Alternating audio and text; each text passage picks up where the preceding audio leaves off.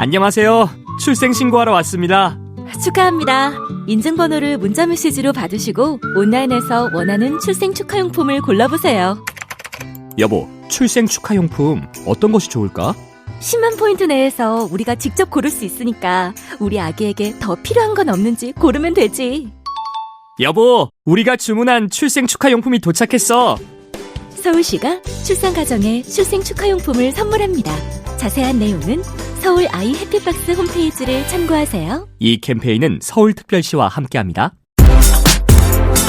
시작. 사적인 것이 정치적인 것이다. 페미니스트 정치적 대화 팟캐스트 거침없는 해장상담소 제100회 방송 시작합니다. 와! 안녕하세요. 갓김치입니다. 100회 방송이래요. 정말 이게 저희가 2015년 2월부터 첫 방송을 했다고 써있네요. 그렇게 오래된지를 잊고 있었는데 생각해보니까 거의 정말 이게 4년 된 거죠? 굉장히 오래된 거죠. 그래서 100회 방송을 오늘 저희가 녹음을 하고 있고 처음에 시작했을 때 저는 팟캐스트를 담당하는 팀은 아니었는데 지금 제 앞에 계신 큐티보이님이 굉장히 감회가 새로운 표정으로 또 하늘을 바라보면서 흐뭇한 미소를 짓고 흐뭇한 게 아닌 건가? 네, 말씀해도 돼요, 지금. 그때 이제 아마 네. PD로, 맨 처음에 PD 아니었어요? 그때가요, 제가 사회를 받았던 사회였나? 사회 겸 PD였어요. 대본도 쓰고, PD도 하고, 멀티. 뭐, 어쨌든 담당자였던 네네. 시작이. 그때, 제 기억에 그때는, 그니까, 지금처럼 이렇게 단체들이 팟캐스트를 많이 하는 때는 아니었었던 것 같은데. 맞아요. 그래서 한번 해본다. 그러니까 파일럿으로 한 3회 정도 해서 나간 거였고, 민우회라는 이름도 약간 숨기고 붙이지 않고, 그냥 거침없는 해장상담소 어떤 여자들이 하는 방송인 것처럼 띄었었던 걸로 기억해요. 그래서 저도 좀 지나가지고 그때 방송을 다시 들어봤었는데, 진짜 막말하지 않나요? 그럼 민우회의 공식적인 팟캐스트로 나가게 되면서 말을 많이 조심하게 되었었는데 그때는 정말 거침이 없었던 그랬었던 것 같네요. 아무튼 그런 시절도 있었고 지금은 많은 분들이 계속해서 들어주신 덕분에 100회까지 방송을 이어올 수 있었던 것 같아요. 그래서 정말 너무 감사드리고 그래서 사실은 뭐 100회 기념 좀 더 큰 이벤트를 할 수 있었으면 좋았을 텐데 어영부영 하다 보니까 어느새 이렇게 와버려가지고 저희가 들어주신 분들께 감사의 마음을 표시하는 의미에서 작은 이벤트를 준비했습니다. 지금 이 방송이 저희는 지금 5월 말에 녹음을 하고 있기는 한데 저희 내부 일정 때문에 이 방송 자체는 아마 6월 중순, 6월 14일쯤 송출이 될 것으로 예상이 되고요. 그래서 오늘 이 방송을 들으시는 지금 6월 14일부터 6월 말까지 6월 안에 그동안 해장상담소 방송 들으셨던 것 중에서 최애 에피소드 그리고 앞으로 해장상담소에 초대하고 싶은 사람 을 저희에게 보내주시면 되는데요. 그냥 이제 나는 어떤 에피소드가 좋았다. 뭐 나는 누가 왔으면 좋겠다. 이렇게만 얘기하면은 좀 너무 정말인가 싶고 그러니까 그 어떤 에피소드가 좋았고 그 이유는 뭐다. 어떤 사람을 불렀으면 좋겠고 그 사람에게서 어떤 얘기를 듣고 싶다. 뭐 길게 쓰시진 않아도 될 것 같고요. 짧게 쓰셔서 저희 뭐 팟빵 댓글로 남겨주셔도 되고 민우의 트위터 뭐 메시지나 아니면 페이스북 메시지 아니면은 맨날 알려드리는 그 uchiang.today@gmail.com 그쪽 메일로 보내주시면 저희가 5명을 추첨해서 선물을 드릴 거예요. 이 선물은 아직 공개하지는 않을 거고요. 저희가 그냥 2가지만 분명하게 말씀드릴 수 있을 것 같아요. 일단 갖고 싶을 거다. 분명히 갖고 싶을 것이다. 그리고 여기서가 아니면 구하기가 굉장히 어려울 것이다. 이렇게만 말씀을 드리고요. 저희가 추첨을 해서 연락을 드려야 되니까 보내주실 때 뭐 메일 주소랄지 핸드폰 번호랄지 연락 가능한 연락처를 꼭 남겨주시면 좋겠고 결과는 102회 방송에서 발표하는 것으로 하겠습니다. 많은 참여를 부탁드립니다. 네, 지금 이제 목소리가 이미 나오기는 했는데요. 광고는 여기까지 하고 오늘 같이 해주실 두 분을 소개하도록 하겠습니다. 각자 자기소개 부탁드릴게요. 누구부터 할까요? 아무나요? 네. 안녕하세요. 저는 잠깐 지금 목소리가 나왔지만 큐티보이입니다. 사실 100회라는 거를 제가 대본을 받고 나서야 알았어요. 저 사실 지난주에 깨달아서 피디님과 함께 굉장히 부랴부랴. 정말, 그래서 100회인데 뭔가 네. 100회면 뭔가 좀 이때까지의 뭐 역대 출연한 사람들 다 뭐 이렇게 아. 한마디씩 이렇게 뭐 녹음이라도 해가지고 들려준다든지 그렇죠. 뭐 전화 연결을 한다든지 네. 아니면 뭐 공개 방송이라도 좀 띄운다든지 네. 약간 아쉽다. 그렇죠. 그러니까 근데 하지만 뭐 100회 이후에도 우린 계속 되니까 그렇죠. 좀 뭐 공개 방송 같은 거를 조금 생각해 볼 수 있지 않을까라고 지금 한번 던져봅니다. 그렇죠. 저희가 간간히 이게 공개 방송에 대한 얘기가 나오긴 하는데 공개 방송을 이제 저희가 하고 싶다고 해서 할 수 있는 게 아니잖아요. 그러니까 공개 방송을 저희는 여는데 사람들이 와야 되는 문제인 거라서 과연 올 사람들이 있을까라는 저희의 궁금증이 있고 네. 혹시 원하시는 분 있으면은 뭐 저희에게 메시지를 남겨주셔도 되기는 하다. 네, 뭐 없으면 조용히 넘어가고요. 저희도 네 그러도록 하겠습니다. 큐티보이님 나와 계시고요. 또 오늘 새로 오신 분이 계세요. 네, 안녕하세요. 저는 도라에몽입니다. 네, 도라에몽님 반갑습니다. 반갑습니다. 처음 나오셨어요. 너무 부끄럽네요. 그런 그래서 괴롭죠. 낯을 좀 가리신다고 네. 아는데 저희 팟캐스트도 한 번도 안 들어보셨다고 한 번 들으셨다 그랬나? 네, 한번 네. 들었습니다. 네, 왜 듣지 않았었던 거죠? 민요의 활동가인데요. 조금 아는 사람들 목소리를 듣는 것이 되게 좀 쑥스러운 듣는 것만으로 쑥스러운 게 되게 있어서 네. 감정이입을 되게 잘하는 편인가 봐요. 왜냐면 저는 그럴 때가 있거든요. 저는 이제 못 들을 정도는 아닌데 아는 사람들이 얘기를 하는 걸 들으면 녹음된 걸 들으면 아마 모르는 사람들은 모르겠지만 아는 사람들은 아, 저 사람이 지금 머뭇거린다. 저 사람이 지금 민망해한다. 저 사람 지금 농담 타이밍을 보고 있다. 약간 이런 게 너무 느껴지니까 힘들긴 하거든요. 그러거나 아니면 한 편을 그때 들었는데 너무 웃겨가지고 웃다가 조금 혼자 밥 먹다가 듣고 있었는데 네. 계속 사장님이 저를 쳐다보셔가지고 아, 밖에서는 들으면 안 되겠다라고 아, 하다가 이제 네. 영원히 못 듣게 돼요. 상당히 웃긴 에피소드를 그랬나 봐요. 들으셨나 보네요. 초반이었나? 네. 그걸까요? 그 같은 활동가가 앞에 나서 발표하거나 뭔가 진행하는 아, 걸 못 볼 쳐다보겠는 때 거. 조금 왜 그런지 모르겠네요. 맞아요. 거기 있으면서도 내가 조금 이렇게 부끄러운 마음 맞아요. 그런 마음 들 이상하죠. 때가 네. 있죠. 네, 그런 우리는 마음. 그리고 약간 원래는 이렇게까지 예. 공식적인 표현을 쓰면서 대화하지 않는 사람들이 네. 그런 식으로 대화하는 걸 보는 게 지금도 너무 민망. 네. 도라에몽님은 근데 왜 이름이 도라에몽인가요? 전 도라에몽 별 의미는 없고 도라에몽 좋아해가지고 네 도라에몽 뭐 케이스, 도라에몽 다이어리, 도라에몽 컵 이런 것들을 이제 온갖 걸 들고 다니다 보니까 사람들 도라에몽 볼 때마다 저에게 뭘 사다 주기에 이르렀고 심지어는 제가 상담소에서 일하고 있는데 상담하러 오신 내담자분께서 연속 상담을 하러 오실 때 도라에몽 과자를 사오시는 귀엽다. 네, 지경에 이르러서 다정하네요. 도라에몽 좋아서 네 도라에몽 해왔습니다. 도라에몽을 좋아하는 특별한 이유가 있다거나 그런 건 아닌가요? 처음에는 귀여워서 좋아했는데 좋아하는 에피소드 중에 하나는 도라에몽이 원래 귀가 있는 노란색인데 혹시 아시나요?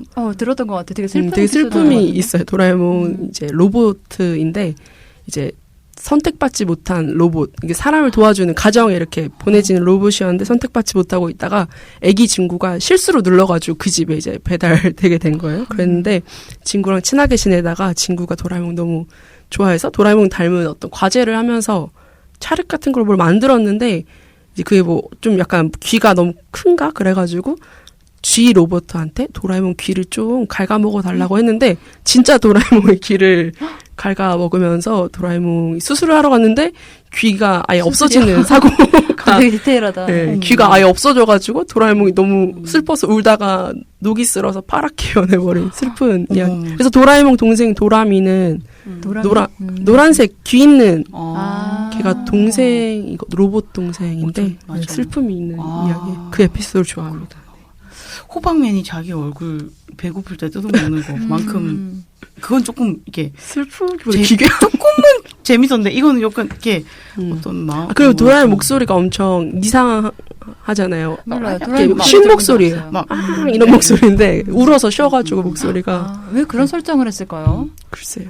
잘 모르겠. 어린이들이 근데 어린이들 만화 보면 슬픔을 주네. 은근히 되게 세잖아요. 슬픈 거 있죠. 내용이 네, 세기도 하고. 네, 잔인하고. 그러니까 약간 어른이라고 해야 될까? 하여튼 조금 어떤 사회의 상식선에서 보면 헉 하는데 아이들은 잡아먹고, 또 그런 거를 되게 재밌어요. 흥미있어하고 되게 재밌어하고 또 그런 것도 있어가지고. 근데 하지만 이렇게 찬찬히 설명해 주니까 갑자기 슬퍼. 귀여운 도라에몽이 조금 슬픔이 있어.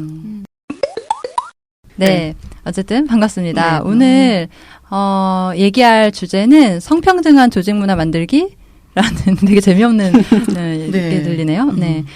하지만 매우 중요한 그런 주제에 대해서 얘기를 해보려고 하고요. 사회적인 여러 성폭력들, 사건들, 사회적으로 많이 알려진 사건들도 있고, 뭐 이런 경우에 어떻게 해야 되나요? 라는 걸 물으면서 이제 연락이 오는 그런 공동체 안에서의 성폭력 사건들도 있고 한데, 가해자 처벌 징계를 중심으로 얘기가 질문이 들어오고 이제 해결 방법을 찾으려고 하는 그런 것들이 있는 가운데 이제 민회 성폭력 상담소에서는 이 공동체 안에서의 조직 문화라는 것을 어떻게 만들어 가야 될지에 대한 고민을 몇 년 동안 계속 붙잡고 왔었던 것 같아요. 그리고 그것의 결과 중 하나로 작년 겨울에 긴 제목의 워크북을 발간했죠. 그 책의 제목은 누가 만들어주면 좋겠는데 누가 만들어주는 게 아니니까 땡땡땡이 직접 만드는 조직 문화 워크북이라는 긴 책 제목을 만들었는데 이것에 대해서 한번 어떤 경위나 의도에 대해서 도라에몽 님이 소개를 좀 해주시면 좋겠어요. 제목이 그죠 너무 길죠. 제목이 너무 길어서 저희도 이걸 말할 때마다 참 제목을 얘기하는 게 한참 걸리는데 약어를 만들어야 될까? 그래서 그냥 워크북이라고 우리 안에서는 누만 죄송해요. 네. 네. 이렇게 제목이 나오게 된 것은 이게 작년에 나왔으니까 사실 이 활동을 준비할 때는 2017년 말이었고 그때 이제 우리 내년에는 어떤 활동을 할까 이런 얘기를 하다가 좀 작년 2016년 말부터 이제 해시태그 땡땡견의 성폭력 이런 이야기들이 많이 되면서 피해자들의 목소리가 많이 들리기 시작했고 공동체 안에서 성폭력이 오픈되면서 우리 안에서 어떻게 이걸 해야 될지 고민스럽다라는 조직들 혹은 뭐 조직이라고 하면 시민사회단체나 정당이나 노조나 이런 데에서 이제 피해자 가해자 둘만의 문제가 아니라는 건 알겠다. 그러면 우리 내부의 문화를 좀 돌아봐야 될 것 같은데 그걸 어떻게 해야 되는지 도무지 모르겠다. 이런 얘기를 많이 해서 이런 고민을 하는 사람들한테 좀 도움이 될 수 있을 만한 무언가를 만들어보자라고 이야기를 하다가 너무 어떻게 만들지 이런 얘기를 하다가 진짜 누가 만들어주면 좋겠다 해서 이걸 제목으로 하면 어떨까? 누가 만들어주면 좋겠는데 이제 처음에는 누가 만들어주면 좋겠는데 잠시만요. 이게 저희가 놀랍게도 이 워크북의 서문에 책 제목이 잘못 들어갔어요. 그래서 그렇구나. 옛날 제목이 남아있는데 누가 만들어주면 좋겠지만 누가 만들어줄 수 없으니까 네모가 직접 만드는 조직문화라는 제목을 가지고 있다가 조금 다듬어져서 이제 누가 만들어주면 좋겠는데 정말로 그렇지 않아요. 누가 조직문화 어떻게 바꿀 수 있는 강의를 해달라 이런 요청도 많이 왔었는데 사실은 그 외부에서 누군가 강의를 한다고 이렇게 만들어줄 수 있는 게 아니라 내부에서 고민을 해야 한다라는 메시지를 전달하고 싶어서 이렇게 구구절절 제목이 나오게 된 것 같아요. 저는 이게 좀 직장 중에서도 특히 약간 단체나 시민단체에 집중해서 되게 만들었잖아요. 네네. 저는 좀 약간 그렇게 된 뭔가 가정도 있고 계기도 있었을 것 같아요. 네. 그러니까 요렇게 됐던 거는 이 활동이 사실 2018년에 이렇게 뿅 하고 갑자기 나타난 게 아니라 예전부터 민회가 조직 문화에 대한 고민을 해왔던 과정이 있는데 추정할 수 있는 가장 오래된 과거는 2009년에 시민사회 내에서 이제 조직 문화를 고민하는 사람들을 대상으로 그때는 강의를 했던 적이 있었고 그 이후에 2012년도에 성폭력을 직면하고 다시 사는 법이라는 토론회를 진행했었는데 그때 그 활동을 이제 기획했던 그룹이 이제 이런 정의 혹은 가치 지향을 가지고 있는 어떤 공동체를 대상으로 이런 것들을 고민하게 되었었는데 그것의 연장에서 이렇게 좁혀지지 않았을까라는 생각이 들고 사실은 아무래도 조직 문화라는 것을 좀 고민을 하려면은 기본적으로 그런 고민들이 있는 곳이어야 되는데 일반 회사에서 그런 것들을 고민하기 쉽지 않으니까 우선 그런 고민을 하고 있을 것이라고 조금 여겨지고 사실은 그런 고민을 해야 되는 곳이는 시민사회 단체, 시민사회 진영부터 이런 것들을 고민해보자라고 해서 좁히게 되었던 것 같아요. 그러니까 의지가 있고 이런 과정을 필요로 하는 사람들에게 정말 실용적인 어떤 가이드를 주기 위한 책인 거죠. 네네. 제가 이때 2009년 때? 이거 맞는 것 같아요. 2009년에 민회 활동가가 아니었거든요. 제가 2012년부터 부터 민우회 활동가가 됐는데 제가 2009년에 이 시작이 됐던 이 교육을 신청해서 받았던 단체에 사실 있었어요.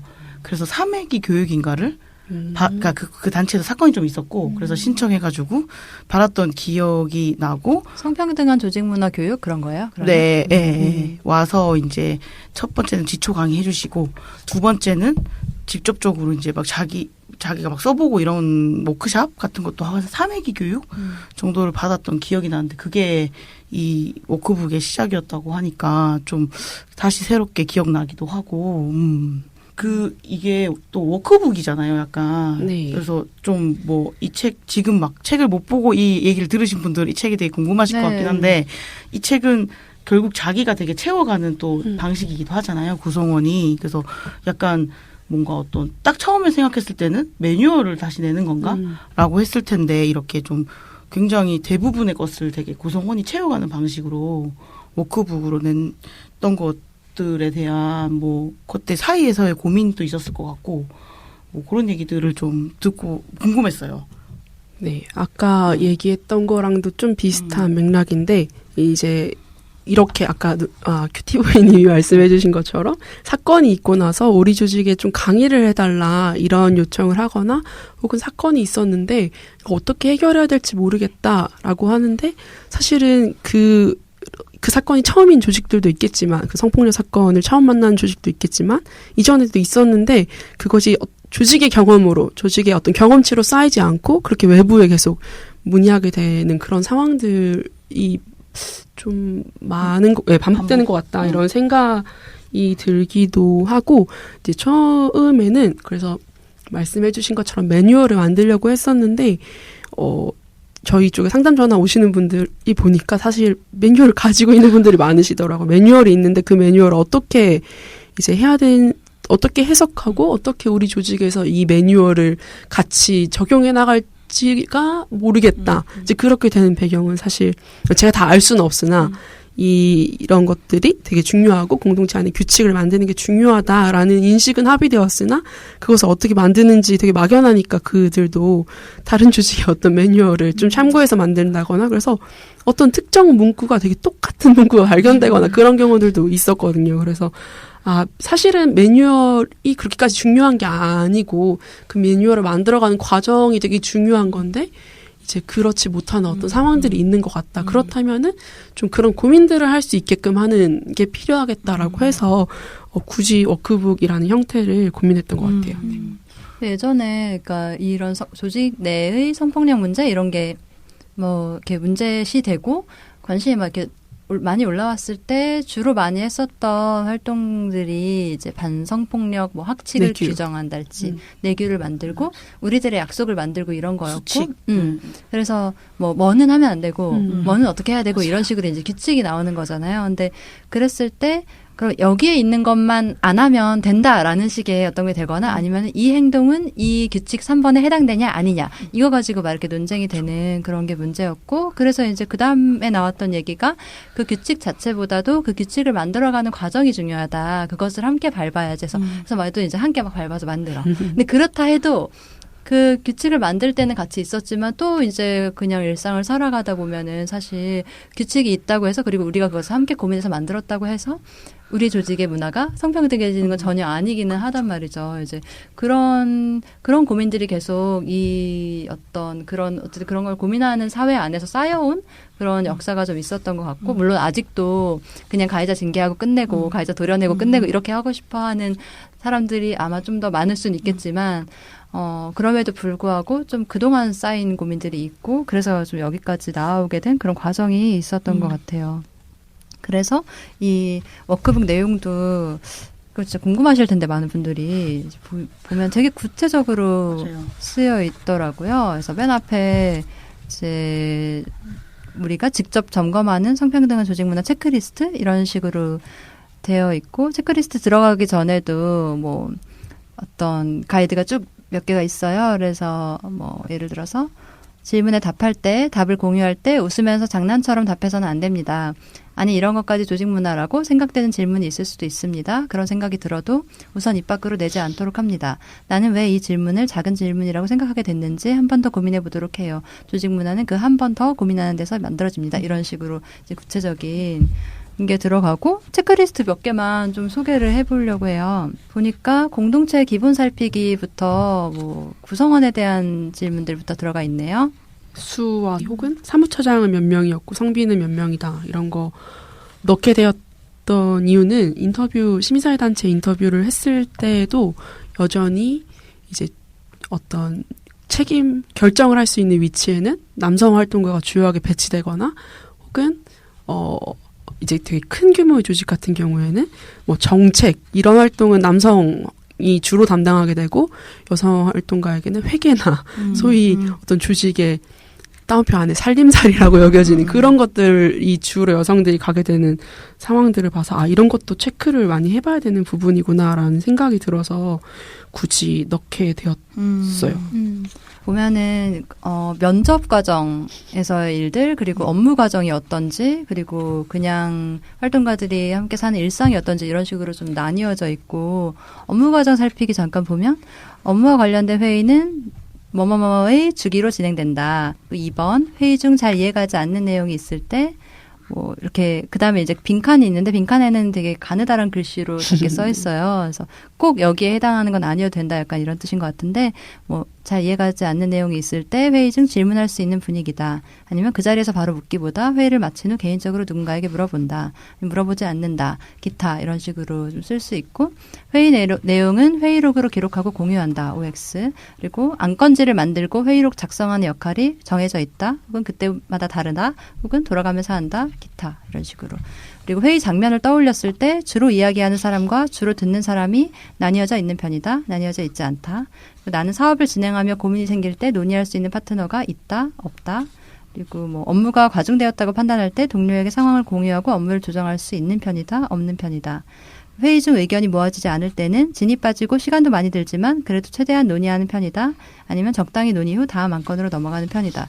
이런 식으로. 되게 꼼꼼해요. 네, 저도 아주 한번 구체적이에요. 하다가 저도 한번 생각해보지 않았던 그래서 이 질문이 왜 들어갔을까 생각하게 되는 그런 것들이 굉장히 있었고 그리고 또 뭐 대화에서의 뭐 소수자 농담이라던가 외모 평가 정도도 뭐 이런 문화가 있다 없다 이런 것들부터 시작해서 그리고 또 하나는 뭐 회식 주기도 되게 꼼꼼하게 묻는다든가 특히 특정 역할을 약간 어떤 성별이나 어떤 낮은 직급의 여차가 하고 있지 않은지를 이게 해보지 않으면 사실 진짜 쉽게 지나칠 수 있는 조직의 문화이기도 하잖아요. 그래서 이게 되게 꼼꼼히 돼 있어가지고 저도 읽으면서 뭐 다 했으면 좋겠다 진짜 모든 조직들이 다 이거를 그런 생각이 되게 많이 들었어요.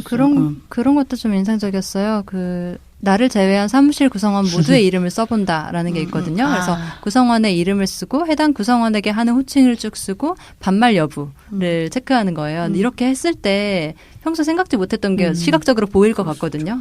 누구에게 반말하고 있고 어떻게 부르고 있는지. 그러니까 우리 조직은 다 평등하다 생각했는데 대표는 모든 이에게 다 반말하는데 대표와 반말을 상호 반말하는 사람은 되게 정해져 있어. 이랬을 때는 진짜 과연 굉장히 평등 조직인가 위기가 작동하지 않은가 이런 걸 한번 고민해 볼 수 있는 것 같더라고요. 네. 이런 것도 사무실 대표 메일을 관리하는 사람이 정해져 있다, 정해지지 않았다, 뭐 이렇게 체크한 다음에 그 역할은 어떠어떠한 과정을 통해서 누구누구에게 주어졌다. 그 역할을 주로 하는 사람, 만약에 없다면 그 역할을 주로 하는 사람은 누구누구다. 이런 식으로 좀 평소 생각지 못했던 빈틈들을 좀 보게 하는 그런 질문들이 되게 많고 되게 실제적이어가지고 이거를 체크하는 것 자체라기보다도 체크하면서 얘기할 거리들이 좀 많겠다. 그런 생각이 좀 들었어요.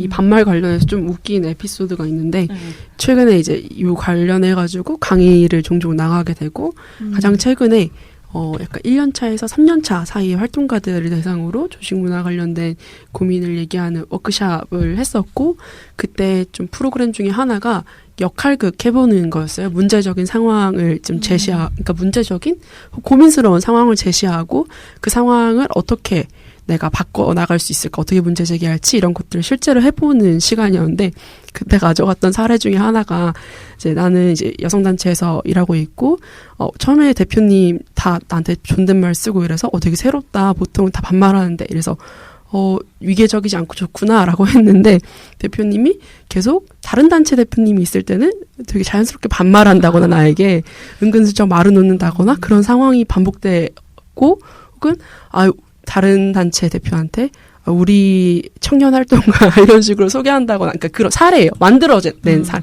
가공된 사례인데 보면서 그 부분에 엄청 웃더라고요. 둘이 있을 때는 존댓말하는데 다른 단체 대표 앞에서는 반말한다. 그 말에 이상하다. 많은 사람들이 누가 이거 보고 쓴 거, 야 카메라 달린 거 아니냐 이런 얘기를 해가지고 그렇구나 이런 생각을 하는. 그 반대도 이상하지만, 그러니까 뭐든 이상해요. 그게 일치하지 그러네요. 않는 게. 네. 왜냐면 그 반대도 되게 많은 경우가 그 반대가 전 많거든요. 더 많을 거라고 생각했는데 그러니까 이것도 새롭네요. 외부에서는 그렇게 반대말 쓰려면서 밖에서는 되게 이게 이 사람과 내가 동등한 사람인 척 하고 싶어하는. 근데 또 그것은 또 독특한데 어떤 심리인지도 또 알겠다. 위기를 약간 권위를 과시하고 싶은 그런 것 건가요? 같아요. 정말 가난하다, 정말. 다른 가난하다. 단체 대표가 있을 때 그런 거. 혹은 뭐 좀 더 편한 어떤 사람 있으면 그죠? 그런 식으로. 과시일까요? 네. 공감하더라고요, 많이들. 지금 저희가 말씀드린 이 체크리스트는 앞에 초반에 잠깐 이제 들어가기처럼 들어가 있는 체크리스트고, 사실 본론격은 뒤에 나오는 정말 워크시트 부분인 거죠. 그래서 뭐 조직도를 막 그려보는, 상상으로 그려보고 막 비교하는 것도 있고, 자기 위치를 점검하기 위한 굉장히 다양한 질문들, 이런 게 있어서 지금 말로 이거 설명드리기 어려운데. 맞아요. 이 워크북은 특히나 좀 보셔야 되는 게, 이게 디자이너분이 되게 봤을 때 어떻게 이것을 무겁지 않게 다룰 수 있을지를 엄청 고민하셔서 만들어주신 거라 가지고, 가능하시다면 네, 직접 보시면 가장 좋을 것 같아요. 책 발간되고 이제 배포 과정 거치면서 반응들은 혹시 어땠었나요? 뭐 좋다라는 분들도 계셨고, 어떤 분들은 좀 이게 너무 자세하게 이렇게 세세하게 되어 있어서 이걸 실제로 한다고 하면은 생각만 해도 머리가 좀 아프다. 어떻게 이걸 오므려야 될까? 이런 많은 얘기들을 하게 되고 나서 이런 고민을 마무리. 왜냐하면 이게 사실은 아까 체크리스트만 해도 그렇지만, 체크리스트는 사실 도입이고 뒤로 가면 더 자세하게 조직의 많은 부분들을 점검해야 되는, 예를 들면 아까 말씀해 주신 것처럼 조직도나, 혹은 우리 조직에서 회의는 뭐 어떻게 하는지, 회의를 몇 번 하는지, 회의 구조가 무엇이 있고 나는 어떤 회의에 참석하는지, 이런 것들을 다 쓰게 되어 있어서 이것을 어떻게 마무리해야 될지 좀 부담스러움을 표현한 사람도 있었고, 이 책을 신청할 때 저희가 어디에서 신청하는지, 그리고 몇 부 신청하시고 왜 신청하는지 이런 것들을 받기도 했었는데, 좀 재밌었던 거는 이제 같은 조직에서 각자가 신청하신 그런 사례들이 몇 차례 있어서 이게 사실은 이 워크북을 홍보할 때 이건 개별적으로 조직 안에서 조직 문화에 고민 있는 사람만 보는 게 아니라 조직의 많은 분들이 같이 직접 해볼 수 있었으면 좋겠다, 이렇게 홍보를 했는데, 아니나 다를까 거기다가 한 권씩만 신청하시고, 그중에서도 심지어 같은 조직에서 따로 신청하시는 그런 상황들을 보면서 이게 조직 안에서 고민이 좀 완료되면 좋을 텐데, 이런 생각을. 그러니까 조직 안에서 좀 미리 논의가 돼가지고 이런 책이 있다던데 우리 한번 같이 해보자라고 얘기가 되는 것보다는, 일단 제가 볼 때는 고민인 사람이 일단 이 책을 좀 한번 보고 싶었을 수도 있고. 일단은 보고, 그러니까 전격적으로 제안하기엔 아직 내용도 잘 모르니까 그랬을 수도 있을 것 같아요. 아까 전에 그 얘기하신 말 중에 그 반응들 중에 이제 이거를 부담된다, 그러니까 이것을 조직 안에서 하기가 부담된다는 말이 저는 되게 참 그렇겠다 싶은 마음이 들기도 하거든요. 왜냐하면 진짜 벌집 쑤시듯이 되게 많은 것들을 건드리고 있잖아요. 조직 문화의 어떤 촉망라, 어떤 근간을 막 계속 이렇게 파고들고, 우리가 과연 평등한가에 대한 무수한 질문들을 던지고 있는데, 당연히 완벽하게 평등한 조직은 없으니까 이제 그렇지 않은 것들이 많이 얘기가 될 거고, 근데 이 정말 한바탕 그냥 예를 들어서 우리가 뭐 애니어그램 테스트를 해본달지 뭐 별자리 이런 걸 같이 해보자 이렇게 해서 한 번 해보고 끝나는 게 아니라, 그러면은 이 워크숍을 통해서 발견된 수많은 문제들을 어떻게 할 것인가에 대한 그것에 대해서까지의 계획이나 의지가 없으면 되게 시작조차 오히려 그러니까 이거를 막 얘기는 잔뜩 했는데 변하지 않아. 막 이렇게 느낄 때의 어떤 막막함이 두렵게 느껴질 수도 있을 것 같아요. 저는 그래서 여기 9페이지에 아까 들어가기 전에 수칙이라기보다는 이걸 하기 전에 어떤 뭐라고 해야 될까요? 하여튼 아까 얘기하셨는데 9페이지에 그런 부분이 되게 좋았어요. 저는 완벽한 공동체는 없습니다. 이렇게 언급한 것을 그러니까 이 체크리스트는 조직 문화가 얼만큼 완벽한 체크하는 게 아니다라는 건데 저는 이제 약간 어떤 면에서 왜 진짜 사실을 맞닥뜨리는 게 되게 두려울 때도 있잖아요. 그리고 조직에서도 연차나 그 연차들도 되게 다 다르니까 연차별로 굉장히 본인이 겪는 문화가 되게 다를 수 있고 근데 그랬을 때 저는 그리고 예전에 예를 들어 2년 전에 우리가 진짜 막 미친 듯이 막 몇박 며칠을 막 토의해가지고 뭐 어떤 매뉴얼도 정하고 뭐 조직문화 점검을 했어. 근데 저는 든 생각이 조직은 계속 바뀌잖아요. 사람이. 맞아요.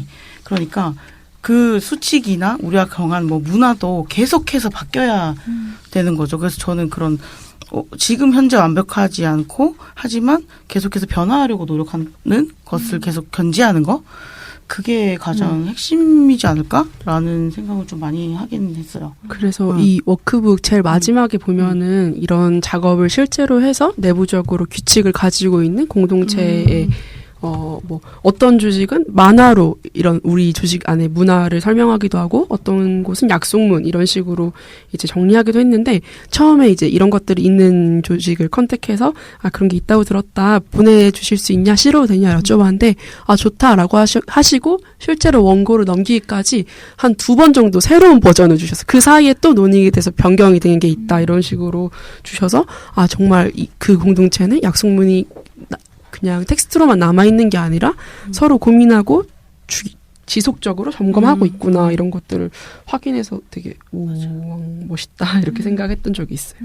민우에도 저희도 이제 매년 우리의 문제가 발견되는 거잖아요. 계속 고민을 하게 되고 이제 작년에도 민우에 이제 새로 들어온 신입활동가 분이 이제 저희가 가지고 있었던 문화 중에 그 활동가 생일을 챙겨주는 문화 같은 게 있어요. 그래서 뭐 이제 케이크 같은 거 하는 거랑 그리고 카드를 쓴달지 아니면은 뭐 돈을 5,000원씩 이렇게 개처럼 모아가지고 하는 게 있었는데 이제 그 활동가분이 들어오시고 나서 그 다음에 바로 첫 생일 같은 게 이제 누군가의 생일이 있었는데 바로 봉투가 이제 돌아오면서 이거 생일인데 우리 챙기는 거예요 라는 식으로 그냥 얘기를 하고 생일 때 그리고 그 우리가 부르는 또 무슨 여성해방 어쩌고 하는 노래가 있거든요. 생일 축하. 단체 사람 다 할 거예요. 네. 끝에 그 많이 아는 그 노래가 있는데 이제 그거를 또 이제 같이 부르고 이랬었는데 그런 이제 과정에서 이 생일을 왜 어떤 의미로 왜 이런 방식으로 챙기는 것이며 이것은 어떻게 달라질 수도 있는 것인지에 대한 어떤 여지 없이 그냥 되게 통보식으로 얘기가 되고 노래도 다 아는 게 아닌데 마치 이거는 자연히 그냥 듣고 알아서 배워야 한다는 듯이 그냥 노래를 해왔었던 거죠, 우리가. 그리고 여태까지 계속 이제 새로운 사람이 드나들고 하는 과정에서 이것에 대해 몇 년 동안 문제의식이 없었던 거였던 거예요. 근데 더 문제는 이제 그것이 낯설고 불편하게 느껴졌을 때 바로 이거 저 잘 모르겠는데요. 왜 이렇게 하는 거예요? 라고 질문하기가 어려웠었던 거예요. 이게 바로 어떤 조직 문화를 보여주는 거잖아요. 왜냐하면 물어볼 수 있어야 되는데 물어볼 수 없었던 건 이 사람 나만 빼면 이 사람들은 다 되게 너무 평화롭고 사이 좋은데 내가 거기에 되게 싸하게 하거나 어떤 돌을 던지는 것 같은 그런 기분이 드니까 그런 압박감 때문에 얘기를 못하게 됐었던 거잖아요. 그 신입 활동가가 저랑 이제 같은 팀이어가지고 저한테 처음에 이제 생일 축하 노래 나는 모르는데 막 이렇게 얘기를 한 적이 있었어요. 근데 그랬을 때 제가 되게 방어적으로 대응을 한 거예요. 바로. 아니 뭐 그러면 생일 축하합니다. 그 노래는 뭐 배우나 그냥 하는 거죠. 약간 이런 식으로 농담으로 치고 막 웃고 넘어간 거예요. 그래서 집에 가는 길에 너무 잘못했었던 것 같아서 이제 바로 사과를 하고 그런 문제 제기를 이제가 사실은 그냥 농담이 아닌 거 알고 그게 문제라는 걸 알고 있고 그런 이야기를 계속 할 수 있었으면 좋겠고 아까 그렇게 얘기한 거 미안하고 얘기를 해서 앞으로 어떻게 해보자라는 식으로 이제 변명과 뭐 이런 사과와 이런 걸 했었던 적이 있는데 저는 제가 놀랬어요. 제가 그거를 한 번도 문제적으로 생각한 적이 없었다는 것에 놀랬고 저는 되게 항상 그런 것에 되게 민감하고 잘 소통하려고 하고 이렇게 저를 이미지화 정말 누구나 이렇게 잘못된 이미지화를 하겠잖아요. 약간 방어를 했다는 것이 또 되게 정말 조심해야겠다라는 마음으로 들어왔었고 이제 그런 것들을 같이 얘기하는 과정을 겪으면서 우리 조직 문화 굉장히 훌륭하다 이렇게 생각한 적이 있었거든요. 그래서 좀 지금도 물론 그래 괜찮은 편이지라고 생각하는 게 없는 건 아닌데 그렇게 생각하는 순간이 굉장히 위험한 순간이다라는 거를 많이 느끼게 됐었던 것 같아요. 그렇게 약간 용기 내서 얘기해 주는 사람들이 있으니까 조직 문화도 거기에 맞춰서 변화하면서 기존에 있던 사람들도 노력하게 되고 그런 면도 있는 것 같고요. 저도 좀 비슷한 거긴 한데 갑자기 다 반성. 그러니까 특히 이제 여기가 익숙해지고 연차가 쌓일수록 사실 불편한 게 되게 줄는 것 같아요. 그랬을 때 상대방이 이제 나는 전혀 생각하지 않았던 부분은 사실 사람은 문제 제기가 아니라 또 질문일 수도 있는 거거든요. 그거에 대해서 내가 어떤 방어하지 않는 거, 그래서 질문이 계속 나오게 하는 거, 그리고 그 질문에 대해서 같이 고민해 보는 거, 그게 되게 더 어떤 면에서 어떤 수칙을 정하기 앞서 아까도 똑같이 처음에 서두에서 밝혔듯이 궁금한 게 이걸 만들 때 이런 뭐 질문들 같은 리스트를 뽑고 할 때 그러니까 내가 생각난 질문도 있겠지만 좀 다양한 사람에게 어떤 질문이 필요한지를 들어봤을 것 같거든요. 그래서 여기 간간히 봤을 때 인터뷰한 것도 이렇게 있고 해서 이런 과정들 이런 것도 좀 한번 궁금했어요. 그러니까 이런 구성할 때 뭐 도라에몽님도 이걸 사실 만들 때 연차가 또 뭐 1, 2년 차는 아니었었고 그래서 내가 생각지 못한 질문들이 있을 수도 있다 이런 생각도 했을 것 같고 그래서 네. 그래서 저희도 이 워크북 처음에 만들기로 하고 나서 계획했던 것보다 그러니까 모든 계획이 그렇긴 하지만 좀 늦어졌던 가장 큰 이유 중에 하나는 조직 문화가 뭔지 잘 모르겠다. 사실 우리 조직 문화에 대해서 얘기하기로 했는데 왜 하기로 했을까? 조직 문화 뭔지도 모르겠고 어떻게 어디서부터 이야기를 해야 될지 모르겠다라는 되게 막막한 엄청 헛발질하는 기분으로 이 활동을 계속 하다가 이제 한 2차례 정도 그래서 회의를 위한 회의를 담당자들끼리 하는데 이렇게 해서는 안 되겠다. 해서 우리 상담소 먼저 우리가 무엇을 조직 문화라고 생각했는지 다들 상담소에 들어왔을 때 어땠는지 그래서 이게 체크리스트가 아까 채용 과정부터 있는 이유가 저희 각자 민우에 들어오고 나서 한 달 동안 어땠는지 생각해보기 이런 거부터 이야기를 시작해가지고 좀 그렇게 구성이 되었던 점이 있고 아까 말씀해주신 것처럼 이제 얘기를 막 하는데 그 회의가 되게 재밌었거든요. 2차례 그런 회의를 한 2시간 정도 했었는데 회의가 이렇게 재밌을 수 있다는 이런 느낌으로 다들 막 자기가 민우에 들어와서 느꼈던 어색한 점 어떤 사람은 나는 항상 젓가락 놓는 게 익숙했는데 여기는 막 사무국장이 숟가락을 놔주고 그래서 너무 부담스럽고 당황스럽고 이런 얘기를 하기도 했고 어떤 활동가는 보통 다른 조직은 이제 좀 소위 말하는 선배라고 한 사람이 뭐 밥을 처음 들어오면 산다거나 그러기도 하는데 민우에는 자기 그때 팀장님이 이제 우리 밥 먹으러 가자라고 해서 어디 가나 보다 했는데 가서 여기서 알아서 각자 결제하면 돼요 이러고 자기 혼자 결제하러 들어가서 너무 박정하다 이런 생각을 했다고도 했고 그래서 되게 하하호호 웃으면서 되게 재밌다 이렇게 얘기를 하다가 번뜩 우리 다들 3년차 이상 다 이 조직이 익숙해서 남아있는 사람들이지 않을까라고 생각해서 긴급하게 당시 1년차 2년차였던 활동가들을 인터뷰했고 저도 그때 인터뷰 그걸 하고 나서 엄청 충격을 아까 말했던 그 생일 노래나 이런 것들 한 번도 저는 생각해보지 않았던 거여가지고 나도 이제 되게 익숙해졌고 이곳이 편해져서 좀 그런 것들을 보지 못하는 사람이었구나라는 걸 새삼 발견하고 인터뷰를 안 했으면 어떻게 할 뻔했나 물어보고 좀 그런 것들을 확인하기를 잘했다라는 생각이 들었었는데 그래서 이 다른 인터뷰이들 중에서 되게 오랫동안 활동한 사람들도 있었어요. 이제 1개월차 활동가부터 17년차 활동가까지를 만났었는데 그 17년차 활동가가 해줬던 말 중에 이제 그런 이야기를 듣는 시간을 굳이 일부러 내어서 꾸준히 가져야 된다. 이제 그래야지 그런 새로 들어온 사람도 이런 어색하고 내가 좀 고민스러운 게 이제 자연스럽게 얘기를 할 수 있고 그 얘기하는 시간을 통해서 자기도 정리를 할 수 있기 때문에 내가 이게 불편하다고 생각하는 게 그냥 내가 개인적으로 그냥 조금 어색하고 불편한 건지 아니면 우리 조직이 다 같이 고민해봐야 되는 문제인지 이런 것들을 스스로도 말하면서 그 시간을 통해서 정리를 할 수 있는 거다. 그래서 꾸준히 그런 시간 가지는 게 되게 중요하다라고 해준 게 좀 기억에 남는 것 같아요.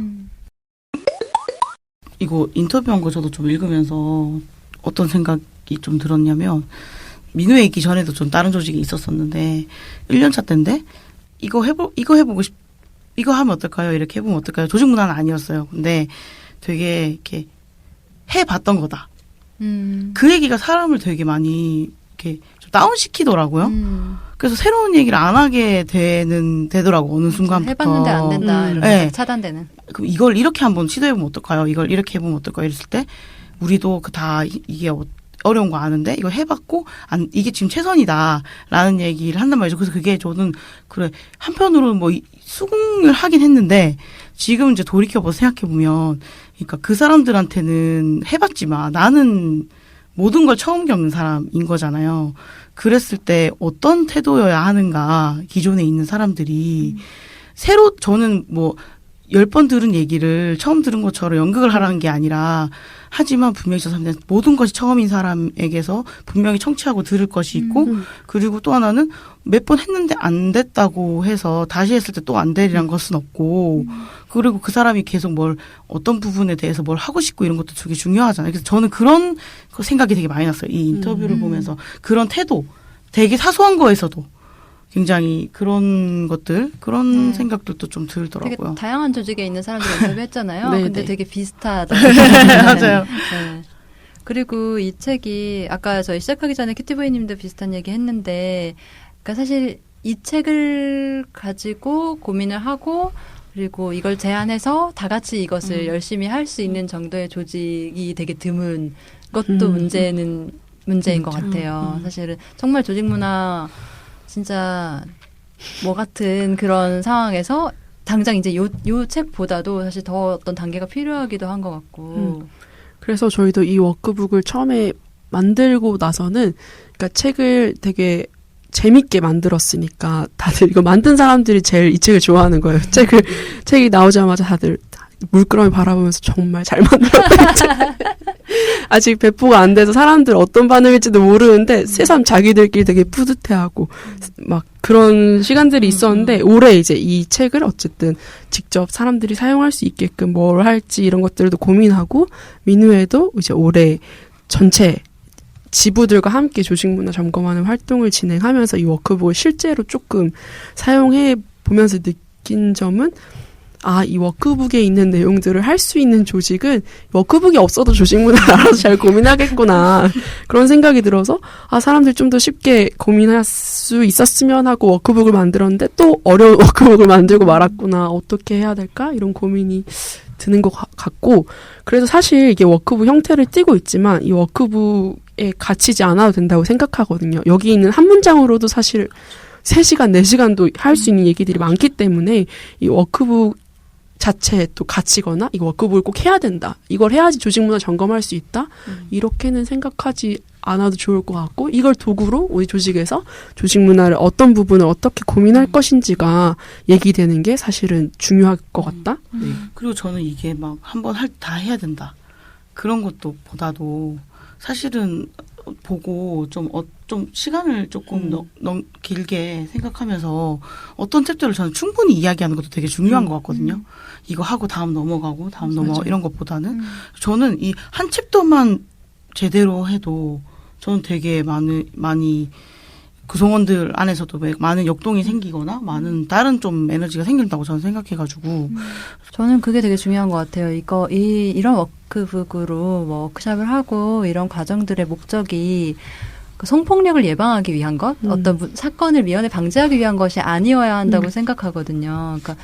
그러니까 우리가 특히나 이제 이 시민사회단체 같은 곳은 더 어떤 가치 지향을 가지고 활동하는 곳인데 이 안에서 같이 활동하는 사람들의 문화가 그런 가치들 담고 있지 못하면 사실 지속할 수 없기도 하잖아요. 환멸이 드니까 일단은 막 못 해먹겠다는 생각이 들겠잖아요. 이제 그런 것도 있고 여기에서부터 좀 더 큰 변화를 만들어 간다는 차원에서의 좀 그런 마음으로 해야 하는 거라고 생각하고 근데 이제 그렇지 않고 성폭력 예방 이렇게 접근했을 때 되게 한계가 명확한 것 같거든요. 그냥 그냥 문제를 덮거나 성폭력만 아니면 된다는 식으로 비교를 되기가 너무 쉬우니까. 그리고 되게 많은 사람들이 저는 이제 이런 걸 통해서 어떤 뭐가 문제고 뭐가 아니지 이거는 해도 되고 이거는 괜찮은 건가에 대한 조직 안에 답을 구하고 싶어하는 경우가 되게 많은 것 같아요. 근데 정말 그건 지양해야 되는 것 같기는 하거든요. 왜냐하면 그런 일상의 피로를 더는 게 아니라 오히려 더하는 과정일 거라고 네. 생각해요. 이 워크북을 하는 게. 왜냐하면 계속 고민해야 될 거니까. 네. 그래서 사실 사람들이 모여서 뭐를 같이 하려고 하면은 어느 정도 얼마간은 불편한 게 당연한 맞아요. 건데 네. 어떤 사람들은 되게 편안해지는 순간 어떤 사람들은 더 많이 불편해지는 거잖아요. 그래서 어쩌면은 그냥 모두가 조금씩 불편한 방식으로 계속 피곤하게 이 활동들을 해나가고자 하는 결의를 다지는 그런 것일 수밖에 없고 그거를 같이 하기로 하느냐 아니냐의 문제라는 생각이 좀 많이 드는 것 같아요. 불편함을 나누는 거 네. 방금 그 말이 되게 인상적이었어요. 네. 그리고 이게 그래도 이제 공동체 조직 문화에 대한 얘기를 하는 것이고, 그러니까 결국은 저는 이 공동체에 대한 애정이 있는 사람들이 그래도 이런 것들을 하려고 하는 거잖아요. 그러니까 내가 만약에 그런 조직에 내가 지금 있는 조직에 애정이 없고 뭐 상관없으면 그냥 적당히 할 텐데 그죠? 아니면 퇴사하거나. 그렇죠. 빠져나가거나. 그 이제 질문을 그런 2번, 건데. 3번 정도 했는데 영 너무 벽이야. 음. 이러면 이제 점점 질문도 안 그쵸, 하고 안 하게 되는 싶어지잖아요. 거죠. 그리고 이제 그 조직은 그냥 그 문화로 정체가 되고 그냥 계속 새로운 사람 오지 않고 이렇게 되는 거겠죠. 그래서 문제 제기하는 사람도 애정이 있으니까 문제 제기를 하는 맞아요. 거고 네. 그 문제 제기를 받는 어떤 당사자들도 있을 네. 거잖아요. 이제 그런 사람들도 좀 그런 차원에서 생각해야 되겠다라는 생각. 서로에 대한 신뢰, 기본적인 신뢰 같은 것을 바탕으로 그 얘기들을 나눠야 되는 거겠죠. 네, 네. 그런 얘기가 이 워크북에 되게 잘 담겨 있는 것 같아요. 가치가. 워크북 얘기를 계속 하니까 사람들이 워크북 이걸 어디서 봤냐고 궁금해할 것 같기는 하네요. 완전. 이거 네. 지금은 계속 배포하나요? 네, 배포가 되고 있고, 이제 처음에 만들자마자 딱 오픈했을 때는 많이들 신청을 해주셨는데, 이제 좀 신청률이 떨어져서 다시 한번 홍보를 해서, 네, 신청하실 수 있게 하려고 하고 있고, 조직 문화가 계속 점검되어야 하는 것처럼 이 워크북도 계속 점검이 필요한 책이기 때문에, 나중에 다시 인쇄를 하거나 그럴 필요가 있을 것 같아서 5,000원의 후원금을 받고 네, 배포를 하고 있습니다. 민우의 홈페이지나 SNS를 통해서 확인하실 수 있습니다. 저희가 시간이 생각보다 너무 많이 지나가지고 마무리를 해야 될 것 같아요. 도라에몽님 혹시 조직 문화를 바꾸고 싶은 사람들에게 해주고 싶은 말이 마지막으로 있다면? 네, 그러니까 조직 문화를 근데 주로 바꾸고 싶어하는 사람은 이 조직에 막 들어온 사람인 확률이 좀 높은 것 같아요. 왜냐하면 어색하고 어렵고 하니까. 근데 그랬을 때 조직에 그러니까 어디든 처음에는 조금 어색하고 어렵고 낯설긴 하잖아요. 그래서 그런 것들을 조금 지켜보는 시간도 필요할 수 있겠다라는 생각이 들고 다만 이제 여러 차례 얘기를 해봤는데 안 바뀌면 저는 그만두는 것도 선택일 수 있다. 그런 조직이 계속 있으면서 뭔가 내 자신을 소진할 수는 없는 거니까. 그런데 그럼에도 불구하고 계속 조직 문화에 대한 고민이 생긴다면 저는 그건 그 조직에 대한 애정이 아직 남아있는 거라고 생각이 들고 그 애정을 부디 다른 사람들이 알고 그런 애정에 기반한 문제 제기라는 걸 알고 받아들여 줄 수 있어야 될 것 같고 고민을 하시는 분들한테 꼭 해주고 싶은 얘기는 그 고민을 꼭 조직 안에 있는 다른 사람과 나누시는 게 필요하겠다. 근데 이것도 좀 그 조직 안에 그런 말을 할 만한 사람이 있는지 없는지부터가 중요한 거긴 한데 그럴 만한 여지가 있는 사람이 있다면 꼭 그 사람을 놓치지 말고 그 사람을 붙잡고 내가 이런 고민이 드는데 이거 어떻게 해야 될지 고민스럽다. 어디부터 얘기할 수 있을지 지금 요즘 나의 고민이다. 이런 얘기를 조직 안에서 좀 하실 수 있으면 좋겠다. 고민하는 것을 내가 같이 바꿔나가야 되는 사람들은 그 조직 안에 있는 사람들이니까 그 사람들과 얘기하는 것이 가장 빠르고 정확하고 그런 소통일 수 있다. 외부에 있는 사람한테 얘기를 해도 이제 어떤 조언을 줄 수는 있겠지만 그 문제를 해결하는 사람은 그 사람이 아니라 내가 불편해하는 어떤 사람 혹은 내가 지금 불편해하는 어떤 조직의 문화일 거기 때문에 조직 안에서 동료를 꼭 한 명 찾으셔가지고 잘 싸우실 수 있으면 좋겠다라는 생각이 듭니다. 네, 큐티브이님도 마지막으로. 네, 그냥 상상하게 되더라고요. 1년차 때 이걸 내가 했으면 어떻게 적었을까. 그거를 상상하면서 적는 것도 중요하다. 내가 적으면서도 1년 차인 나였으면 어떻게 적었을까? 3년 차인 누군가 했으면 어떻게 적었을까? 이런 걸 상상하면서 이제 생각하게 되는데 항상 약간 조직에 있으면서 일하면서 동료들과의 관계에서도 좀 그런 생각을 좀 나의 위치성에 대해서 그렇게 돌아보게 되는 게 중요하다는 생각을 이 책을 보면서 네. 저도 계속했어요.